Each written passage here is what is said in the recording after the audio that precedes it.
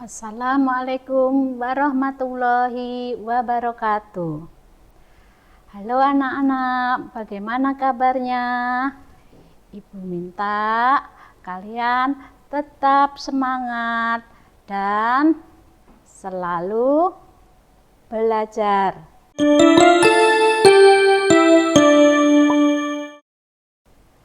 Pada kesempatan ini kita akan belajar tema 2, subtema 3, pembelajaran 1, 2, dan 3.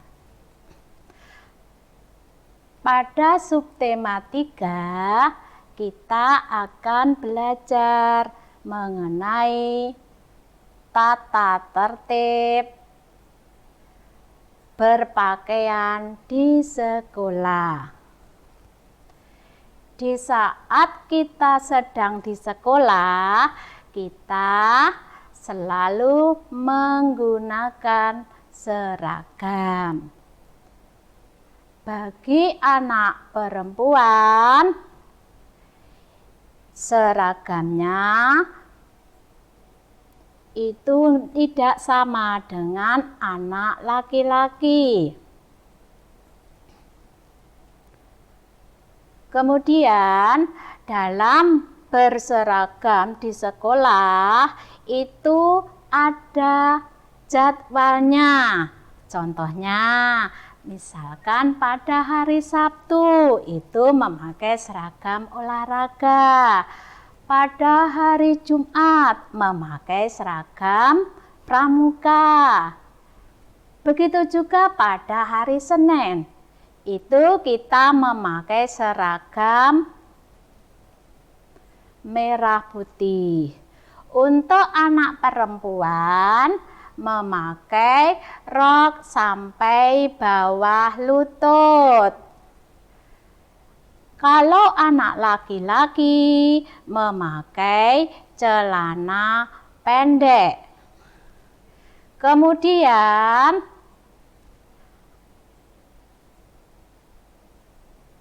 anak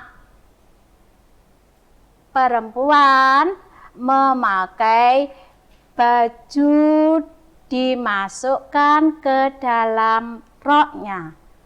Begitu juga anak laki-laki, baju dimasukkan ke dalam celana. Lalu setelah itu memakai ikat pinggang. Nah, ikat pinggang ini berwarna hitam. Gunanya agar pakaian seragam yang kita gunakan tetap melekat dalam badan kalau dipakai bergerak. Kemudian perlengkapan selanjutnya yaitu menggunakan kaos kaki yang warna putih. Begitu juga anak laki-laki juga kaos kakinya berwarna putih. Lalu kelengkapan terakhir yaitu memakai sepatu, baik perempuan maupun anak laki-laki, itu sepatunya warna hitam. Nah, inilah tata tertib berpakaian di sekolah. Nah, berpakaian di sekolah ini harus kita jalani. Supaya apa? Tata tertib di sekolah tidak boleh dilanggar. Kalau melanggar akan mendapat hukuman. Lalu apa manfaatnya? Manfaat tata tertib menjadikan siswa lebih disiplin. Nah, sekarang kita harus mengikuti aturan tata tertib berpakaian sewaktu di sekolah.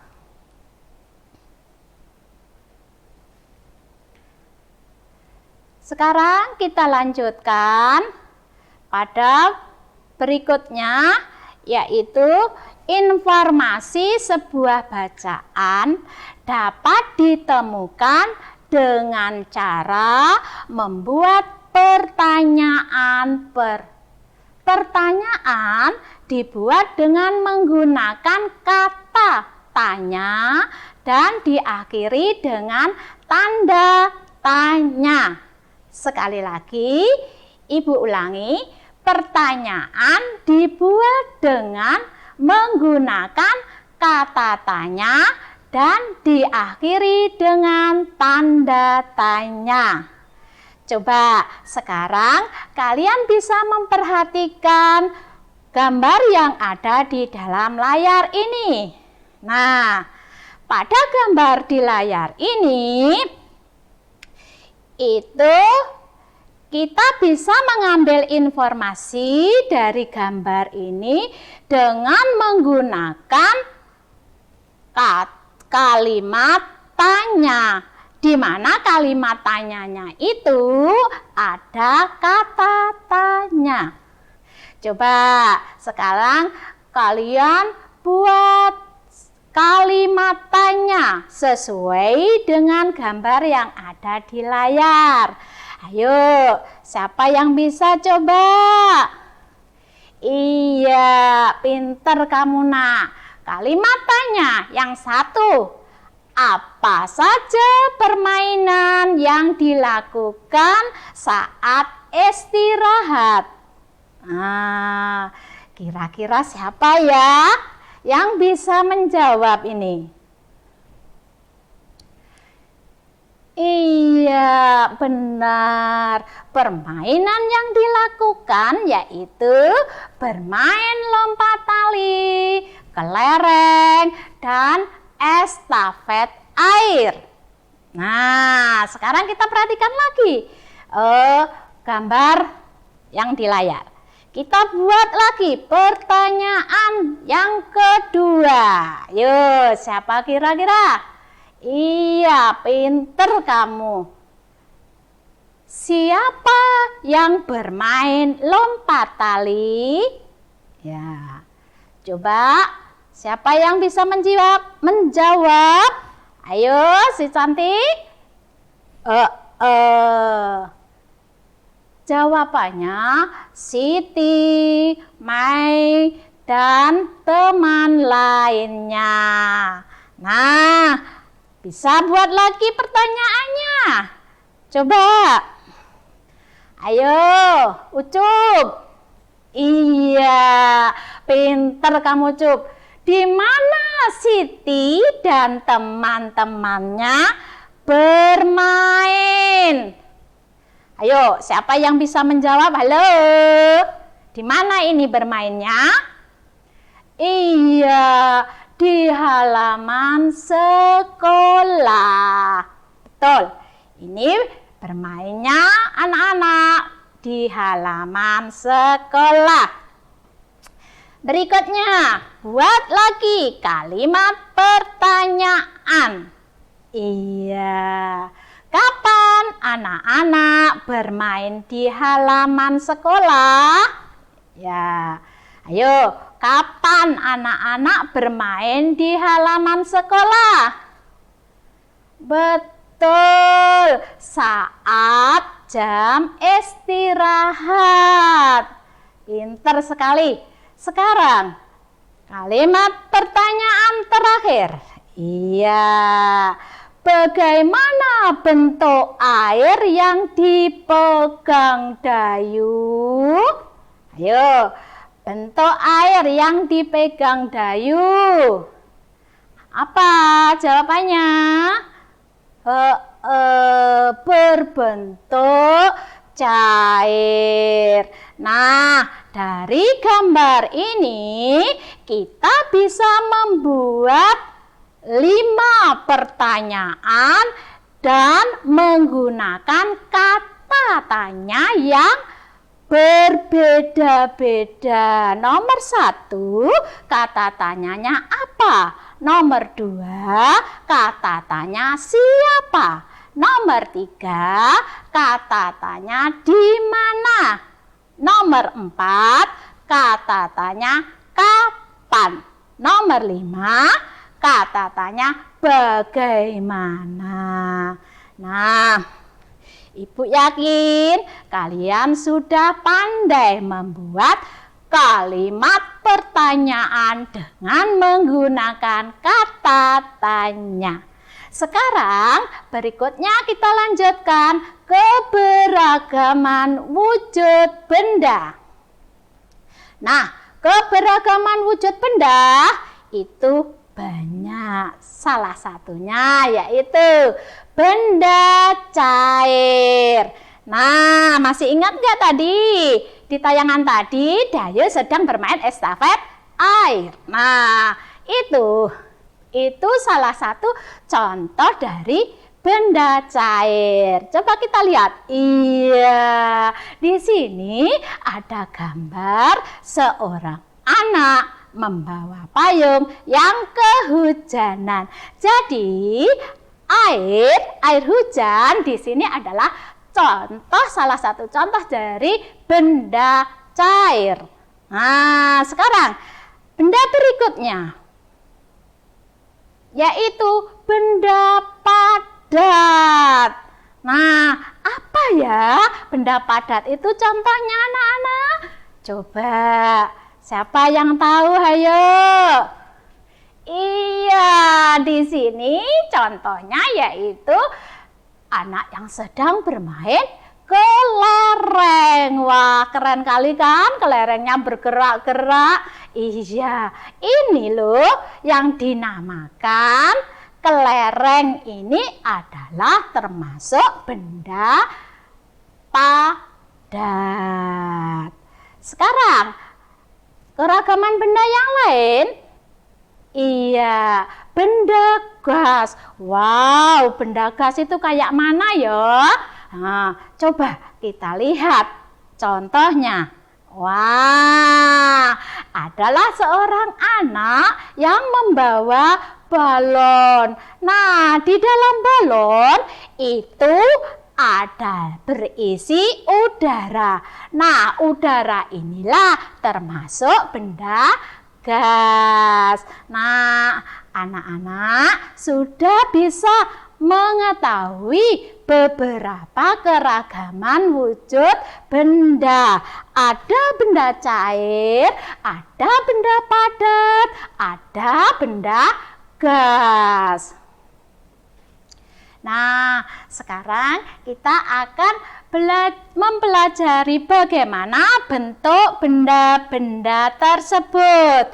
Di sini, yaitu tadi adalah apa, Nana? Benda cair. Nah, kita perhatikan benda cair. Iya, bagaimanakah benda cair ini bentuknya, Nak? Siapa yang tahu? Ayo, diingat tadi, Lani waktu bermain estafet air tadi. Iya, cirinya bentuknya berubah, menyerupai wadahnya. Lani tadi main estafet air, airnya ditaruh di kaleng, maka bentuknya juga seperti kaleng. Sekarang ciri benda berikutnya yaitu benda padat. Ayo, benda padat. Tadi sudah dilihat contoh benda padat tadi apa ya? Yaitu kelereng. Nah, bagaimana ciri benda padat ini? Iya, memiliki berat dan bentuknya tetap. Contohnya tadi kan kelereng ya, Nak. Nah, kelereng itu kalau dimasukkan di dalam saku, dia bentuknya juga seperti kelereng, tetap. Terus beratnya pun juga sama. Dipindah lagi ke dalam kantong plastik. Bentuknya juga tetap seperti kelereng. Dan beratnya juga tetap. Itu ciri benda padat. Sekarang berikutnya yaitu benda gas. Cirinya bagaimana? Bentuk dan volume benda gas menyerupai wadah. Nah, tadi contohnya adalah udara yang ada di dalam balon. Beratnya sama kalau dipindah di dalam kantong plastik. Menyerupai wadah, ya bentuknya sama seperti kantong plastik. Itu ciri-ciri benda padat, cair, dan gas, ciri-cirinya. Nah, kalian sudah bisa mengenal dan menyebutkan ciri-ciri beragam benda cair, padat, dan gas. Sekarang kita lanjutkan mengenai kosakata. Kosakata adalah perbendaharaan kata yang dimiliki seseorang. Nah, seseorang ini bisa memiliki kosakata, perbendaharaan kata yang banyak itu dengan cara yaitu dapat ditemukan di Kamus Besar Bahasa Indonesia atau KBBI. Kalau kita rajin pergi ke perpus melihat buku Kamus Besar Bahasa Indonesia, di situ akan memperbanyak perbendaharaan kita. Nah, makanya kalau di sekolah jam istirahat, kalian bisa pergi ke perpustakaan sekolah. Nah, sekarang di sini Ibu akan membacakan sebuah bacaan. Nah, kalian perhatikan baik-baik ya, Nak. Kalian simak. Kita nanti akan mencari kosakatanya yang ada pada bacaan. Lomba menggambar. Lani mewakili sekolahnya untuk mengikuti lomba menggambar. Lani menggunakan berbagai benda seperti kertas, pensil, penghapus, penggaris, dan krayon. Lani menggambar dengan penuh semangat. Lani menyelesaikan gambarnya dengan tepat waktu. Panitia mengumumkan bahwa terdapat 3 pemenang. Lani meraih juara ketiga. Lani pun merasa senang. Nah, setelah kita menyimak bacaan yang Ibu baca, sekarang kita akan mencari makna kata yang ada di dalam bacaan tadi. Di sini, iya, kata mewakili. Nah, apa ya arti mewakili ini? Ayo, siapa yang bisa?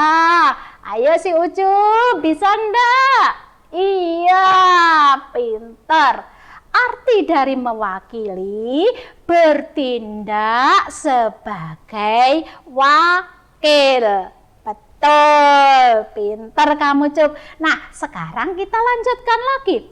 Kata berikutnya, krayon.